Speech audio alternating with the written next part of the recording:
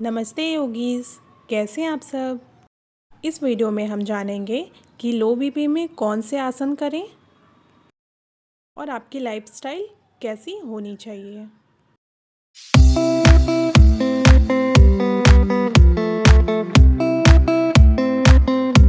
लो BP, जिसे medical terms में hypotension कहते हैं, यह एक ऐसी कंडीशन है जिसमें व्यक्ति के जो ब्लड का प्रेशर होता है उसका लेवल नॉर्मल से कम होता है। लो बीपी के लक्षण हैं घबराहट, पसीना आना, चक्कर आना, उल्टी जैसा फील होना, थकावट एवं आलस आना, भूख ना लगना। अब हम जान लेते हैं कि इसके क्या क्या कारण होते हैं। ये हार्मोन्स के कारण भी हो सकता है एवं कुछ पोषक तत्वों की कमी जैसे B12, आयरन, पोटेशियम, संक्रमण के भी कारण हो सकता है और जिनको डायबिटीज़ हो उनको भी हो सकता है। खून की कमी, अनीमिया, जब दिमाग को ज़रूरी खून नहीं मिल पाता है। ये जेनेटिक भी हो सकता है और जो लोग ड्रग्स का सेवन बहुत ज़्यादा करते हैं। अब हम बात कर लेते हैं कि आपको कौन से प्रिकॉशंस लेने हैं। पानी पर्याप्त मात्रा में पिएं, शरीर में पानी की कमी ना होने दें। बहुत लंबे समय तक बिना कुछ खाए ना रहें। बैठने के बाद जब आप उठ रहे हों तो झटके से ना उठें। सुबह खाली पेट 4-5 तुलसी के पत्ते ज़रूर चबाएं। पर्याप्त नींद लें। 4-5 भिगोए हुए बादाम सुबह ज़रूर खाएं और नमक की मात्रा पर्याप्त लें। जैसे कि आप फ्रूट्स या फिर सैलेड या फिर कोई जूस लेते हैं तो उसमें काला नमक या सेंधा नमक का उपयोग कर सकते हैं। फ्रेश सब्जी और फ्रूट ज़रूर खाएं। और इन सभी चीज़ों के साथ साथ आपको योग और व्यायाम नियमित रूप से ज़रूर करना चाहिए। सबसे पहले हम करेंगे वीरासन। अब एक पैर को घुटने से मोड़ते हुए ऊपर उठाएं और उसके ऊपर उस साइड के हाथ को कोहनी से मोड़कर फेस पर लगाएं। अब इसी आसन को दूसरे पैर के साथ कम से कम 8 से 10 सेकंड तक इसी पोजीशन में रहें। इस आसन को कम से कम 4 से 6 बार ज़रूर करें। आसन करते समय नॉर्मल ब्रीथिंग यानी सामान्य सांस लें और छोड़ें। दोनों पैरों को घुटने से मोड़ते हुए वज्रासन में बैठ जाएं। अब सांस लेते हुए दोनों हाथ को कान के बगल से सटाते हुए ऊपर उठाएं। अब सांस छोड़ते हुए सिर व दोनों हाथ को एक साथ सामने की तरफ ज़मीन से टच कराएं।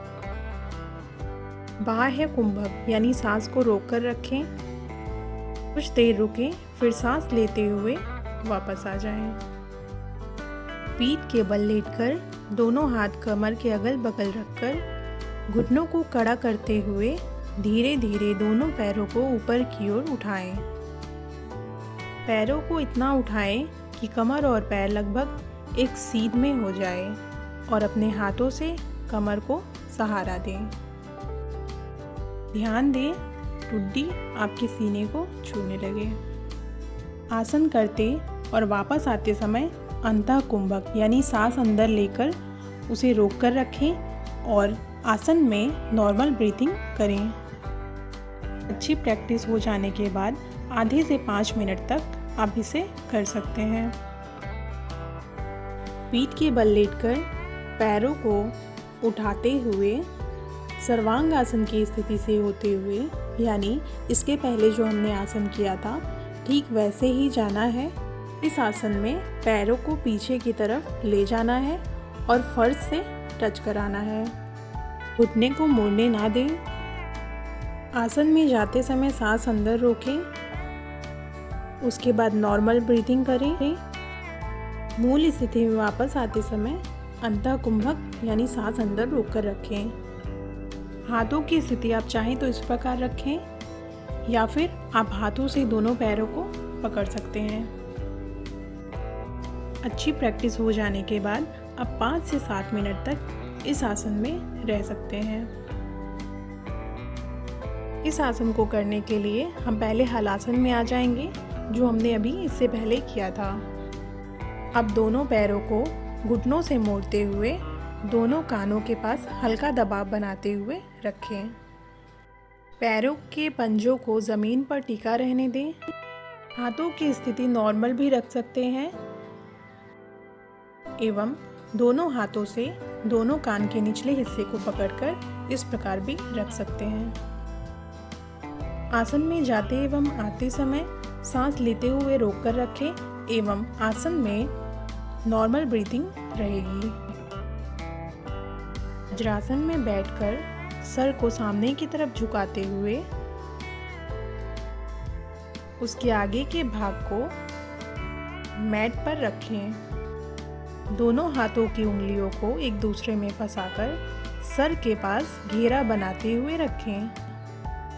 अब सर की तरफ वजन देते हुए कमर को उठाएं। अब पूरा बैलेंस बनाते हुए बॉडी का पूरा बैलेंस सर के ऊपर रख दें और अब दोनों पैर को ऊपर की तरफ खोल दें। अगर अकेले नहीं कर सकते तो दीवार का सहारा ले लें या फिर किसी और का भी सहारा लेकर इस आसन को कर सकते हैं।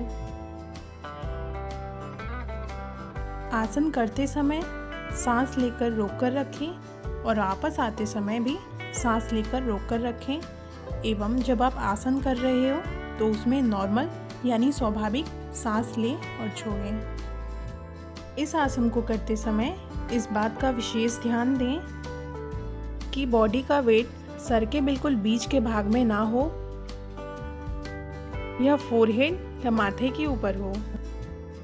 अब हम करेंगे प्राणायाम यानी ब्रीदिंग एक्सरसाइज के लिए सुखासन, पद्मासन या किसी भी आरामदायक आसन में बैठ जाएं।